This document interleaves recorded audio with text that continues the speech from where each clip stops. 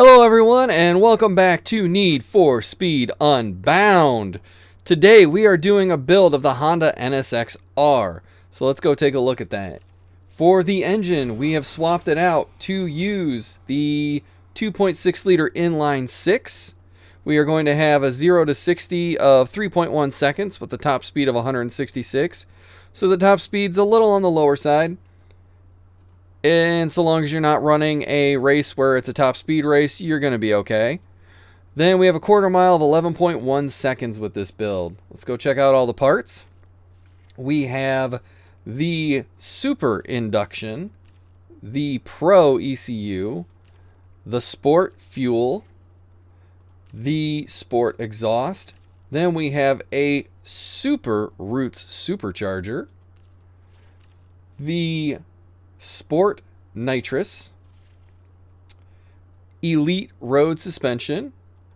We have some Super Brakes, the Elite Grip Tires with an Elite Clutch, the 4-speed Sport Gearbox, the Elite Differential with Super Nitrous Grip and Super Nitrous Near Miss. As always, you can switch those out to be whatever you would prefer them to be. For handling, we have 95% grip, with steering sensitivity all the way up, downforce all the way up, traction control is off, and drift entry is off. Drift entry being off is my own personal preference. If you prefer to have it on, you set that to be whatever you want it to be. Alright, so let's go test this thing out in a few races and see how it performs.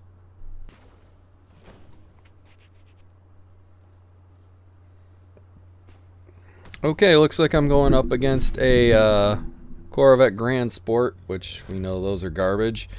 And then a Subaru WRX of some sort. Let's see how we can do. So off the line here, we're doing pretty well. Is the Subaru No.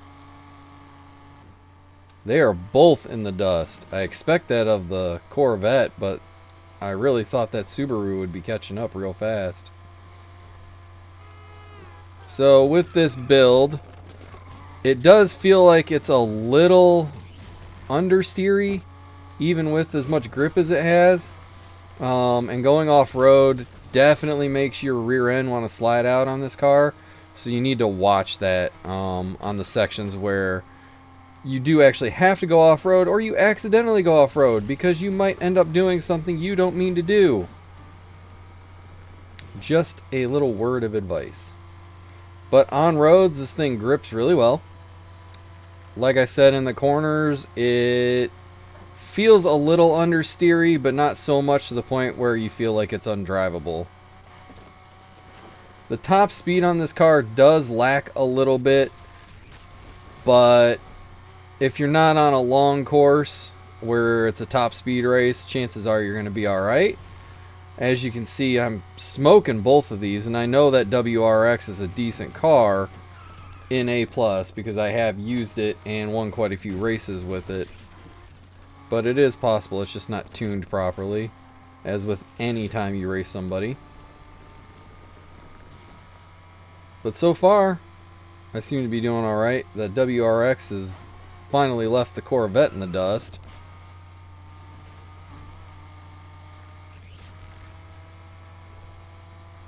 So if I don't have any big mistakes here in the last 30%, then I should have a win under my belt for this one.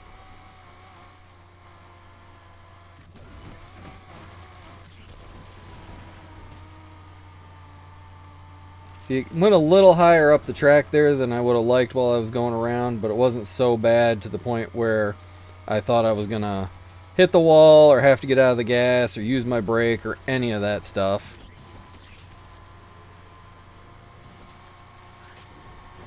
Man, that Corvette is just getting smoked. I don't know what they did to that car to make it so bad. It's like when they made this game, they said, we don't like American manufactured cars. We're going to make them the worst in the game. Because most of them are bad that I have tried. They're not real good at all. There's a couple of them that are good, like the Fox body's really good. And there was one or two Corvettes I played with that weren't bad. But these are definitely not top of the line cars. Man, it'd be kind of hard to see out the windshield of that Subaru, I think.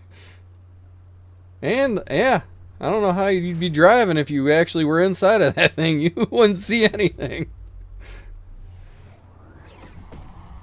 It would be cool if they had an interior view and what's on your windshield actually affected your view. Unlike the Crew 2, where if you have something on your windshield, you don't see it from the inside. But at least they have an interior view.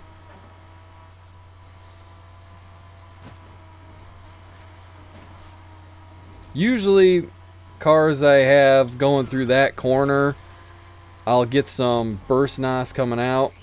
But for some reason with this one, that first corner, I don't tend to get it. I'm not quite sure why.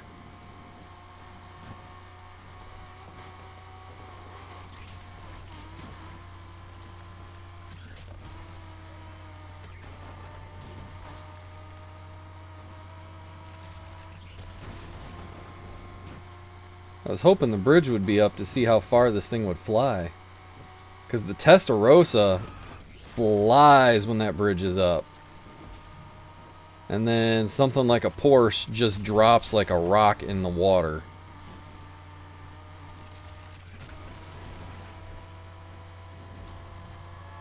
I actually ramped a Porsche once when it fell in between the two ramps, and it wasn't a far distance, and I was very shocked that it couldn't even make it to the second ramp.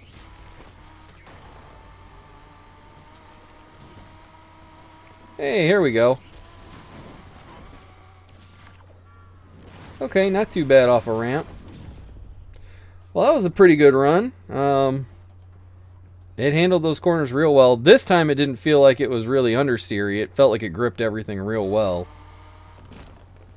And I don't understand why it does this. It shows that the second place car is a Honda NSX R. But we all know it's a Subaru. And it has done this to me multiple times. There are times it'll show me the entire list of 8 is the exact same car as me. And we know that's not true. So it'd be nice if Criterion would fix that as well. Sometimes I want to know what the other cars are. And if it's a really good build, I may never catch a glimpse of it. Except maybe off the start line. And it might not be enough to tell what it is to try and go replicate that build on my own. Just one of the little things about this game that's kind of annoying. And there are plenty.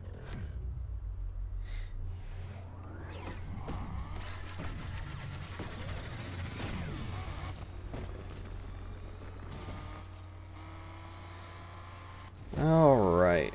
This is a very curvy race, and this first corner gets me pretty much every time for some reason.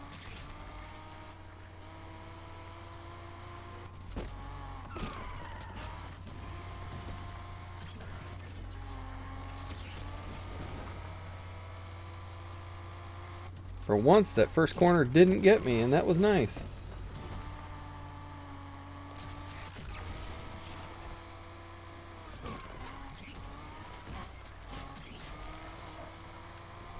Ooh, that Subaru has pretty good handling capabilities on this course. It's a lot closer to me than it was in any of the other races, I think.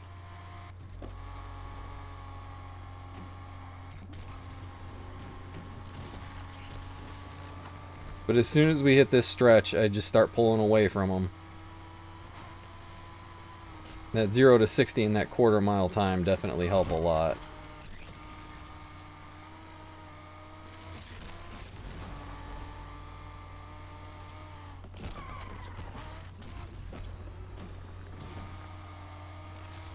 Oof.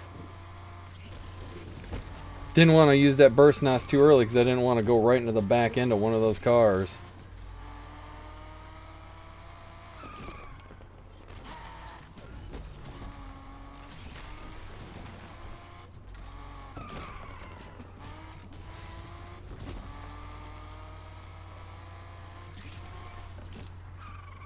Oh, I timed that wrong.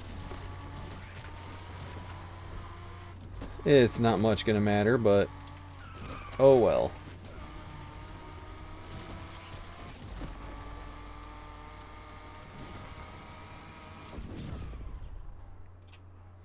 Alright, so that wasn't a bad showing against a decently tuned WRX and a garbage Grand Sport. I mean, that's a pretty good time, a sub 2 minute on that race. Let's see, is the Grand Sport going to finish? It did finish. It didn't DNF this race. Good job, Grand Sport. I did not believe in you. Alright, so for the Honda NSX R build, that is going to do it today. If you haven't already, please, please, please subscribe. Like the video if you enjoyed it. Leave some comments below. And I'll see you all in the next one. Take it easy.